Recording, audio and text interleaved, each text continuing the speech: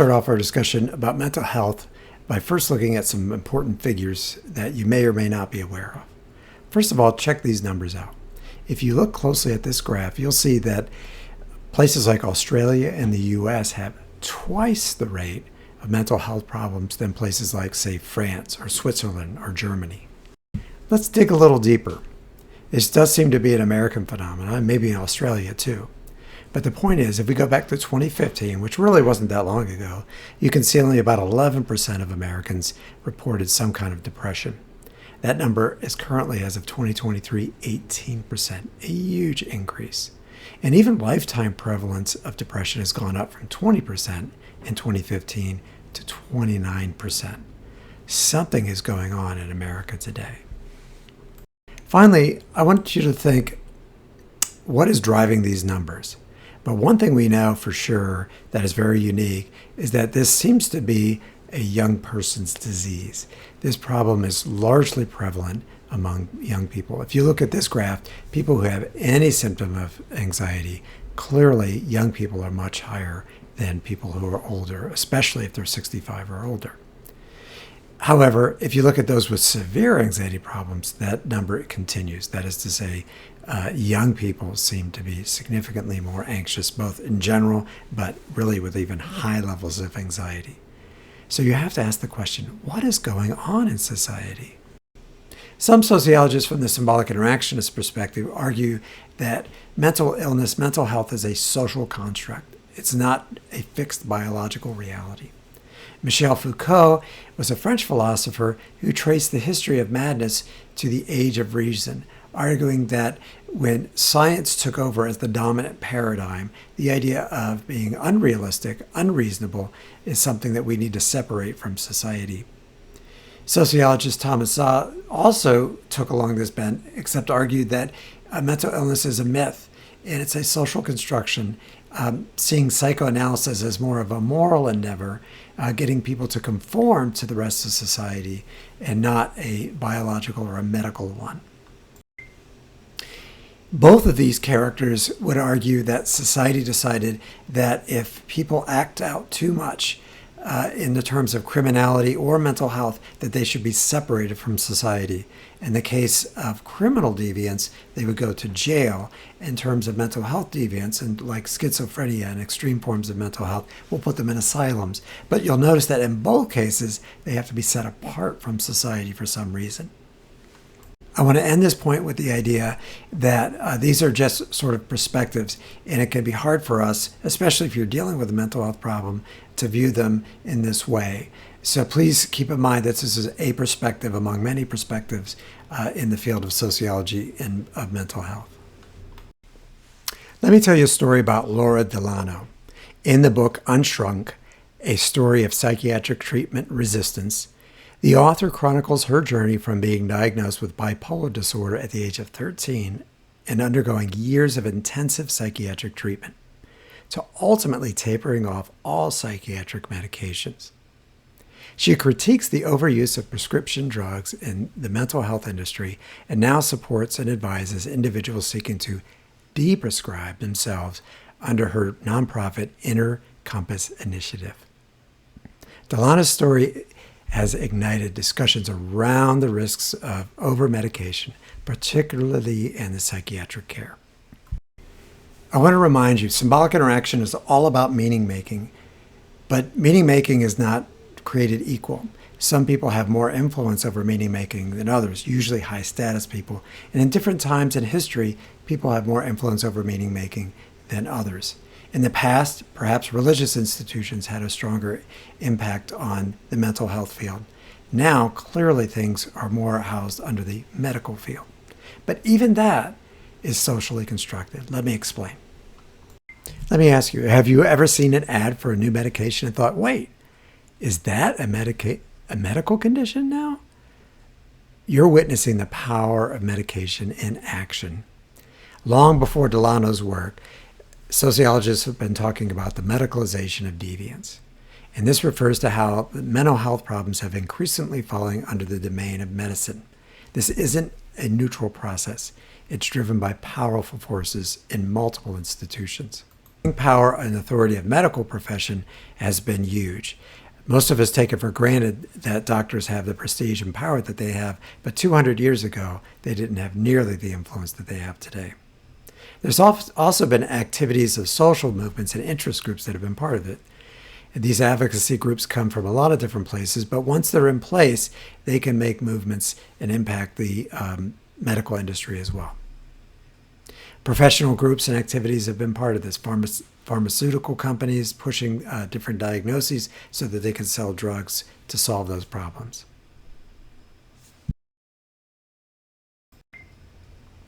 Medicalization profoundly shapes our understanding of distress, shifting it from a moral failing or a social problem to a medical one. While this can reduce stigma and open doors to care, it also raises critical questions about who benefits from these definitions, whether complex social issues are being oversimplified, and if they're losing sight of non-medical solutions. This process influences everything from research funding to public perception, highlighting the immense social power wielded by the medical establishment and related industries. Consider the shift in understanding of alcoholism. Historically, it has been considered a moral failing or lack of willpower. Through medicalization, it is now widely recognized as a disease, leading to different treatment approaches and public perception. Similarly, the growing recognition of burnout as medical condition rather than simply a personal failing is another example of medicalization. It's not to say that these shouldn't be under the medical rubric. It just helps us to stop for a moment and think about how these things can be defined, who's controlling that dialogue, and ultimately who's benefiting from those definitions. Regardless of who has the power to define mental health, we continue to have asylums set aside for people who have severe mental health problems. Irving Goffman was one of the first social scientists to spend a lot of time in these institutions and sort of talk about what is the culture or subculture of these kind of institutions.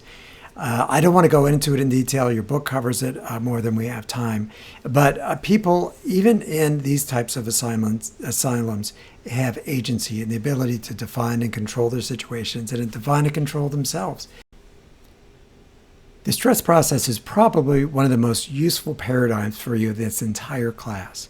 With the stress process, hopefully you'll get some tools you can use to help you lead a healthy life, at least mentally healthy life.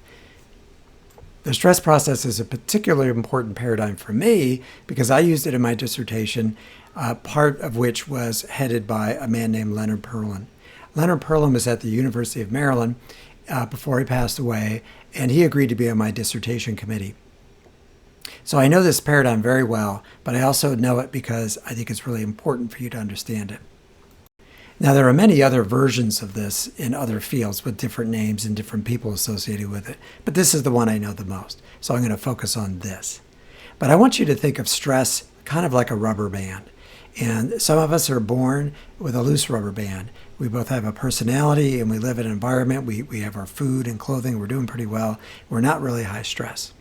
Some of us, on the other hand, are a little tighter. We're our personality, we're a little more uptight. We get stressed a little easier. Or we grow up in a neighborhood that's falling apart. We are in poverty. We're not sure where the next meal's coming from and so forth. So we're starting the game a little tighter.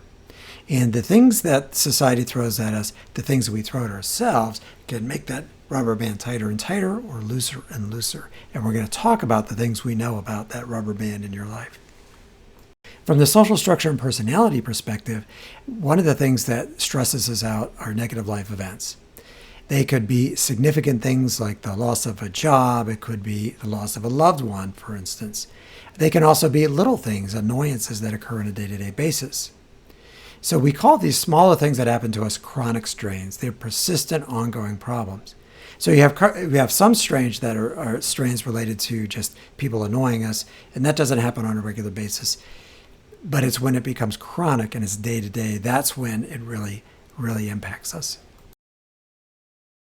So in that sense, the stress process tries to understand how the quality of stressful event as well as the quantity of stressful events add up to lead to a mental health problem in the future.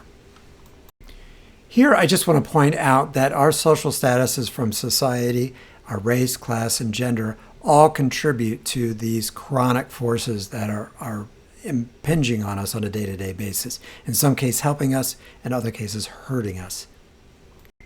The good news is society also gives us tools to help buffer the stresses that come upon us as well. They include usually some kind of social support, usually referring to friends and family, or other forms of support that can also be from the government in the form of assistance. They can include emotional support, instrumental support, information support, appraisal support. These are all ways to help us cope with those stressful things that come to us, whether they're chronic, coming from society, or just discrete things that happen to us on a day-to-day basis. I want to also say that we have personal resources such as self-esteem, mastery, and sense of mattering. And I want to emphasize mastery, which also is a measure from Len Pearlin, that shows that our sense that we believe we can achieve the things we set out to do has as the same or more power than, say, self-esteem in helping us buffer the impact of negative life events on things like depression and anxiety. I love this image of a friendship bench because it brings together the worlds of social structure and personality, which is where the stress process is housed, in symbolic interaction we talked about earlier. This comes from Zimbabwe, in which there's a dire need for mental health services. And one psychiatrist who knew that he was not able to cover all the services where he was located decided to do some training of some local women to provide mental health services in the community. And those people that needed more help than what they can provide, they can refer, but it helps to filter all of the mental health problems that exist in the community through another means. And this is important for our discussion because we talked about the medicalization of mental health.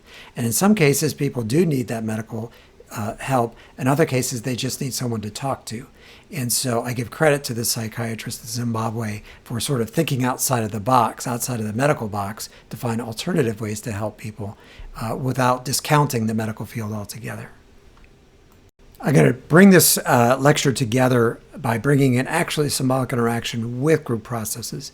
I want to focus on symbolic interaction because I want to talk about modified labeling theory of mental health. Modified labeling theory, if you remember, labeling theory focuses on criminal deviance and how that becomes part of someone's identity. Well, mental health researchers have extended that logic to mental health, such that if someone gets labeled with a mental health problem, that might cause stigma and impact people's relationships with other people and their sense of self above and beyond what they think of themselves. That is to say, they're labeled from the outside and it impacts their thoughts, feelings, and behavior about themselves. This is very much related to status characteristics theory. If you recall, we bring our statuses from society into group interactions. And some scholars from the group processes area have studied how that stigma of being mentally ill could impact relationships in groups, just like a status characteristics of race, class, and gender can impact those interactions. So they're coming from different perspectives. That is to say, modified labeling theory is from symbolic interaction, status characteristics theory, and mental health is a status characteristic. But they kind of do the same thing. But you just have to remember that they really talk about things in a somewhat different way. And they also research this area very differently. I hope one thing is clear to you in this lecture, that well-being is a complex tapestry woven from biological predispositions, psychological processes, and crucially for our discussion, a rich social fabric. I'm hoping that by applying sociological theories, you'll gain a more nuanced understanding of mental health in society and will help you in your own journey.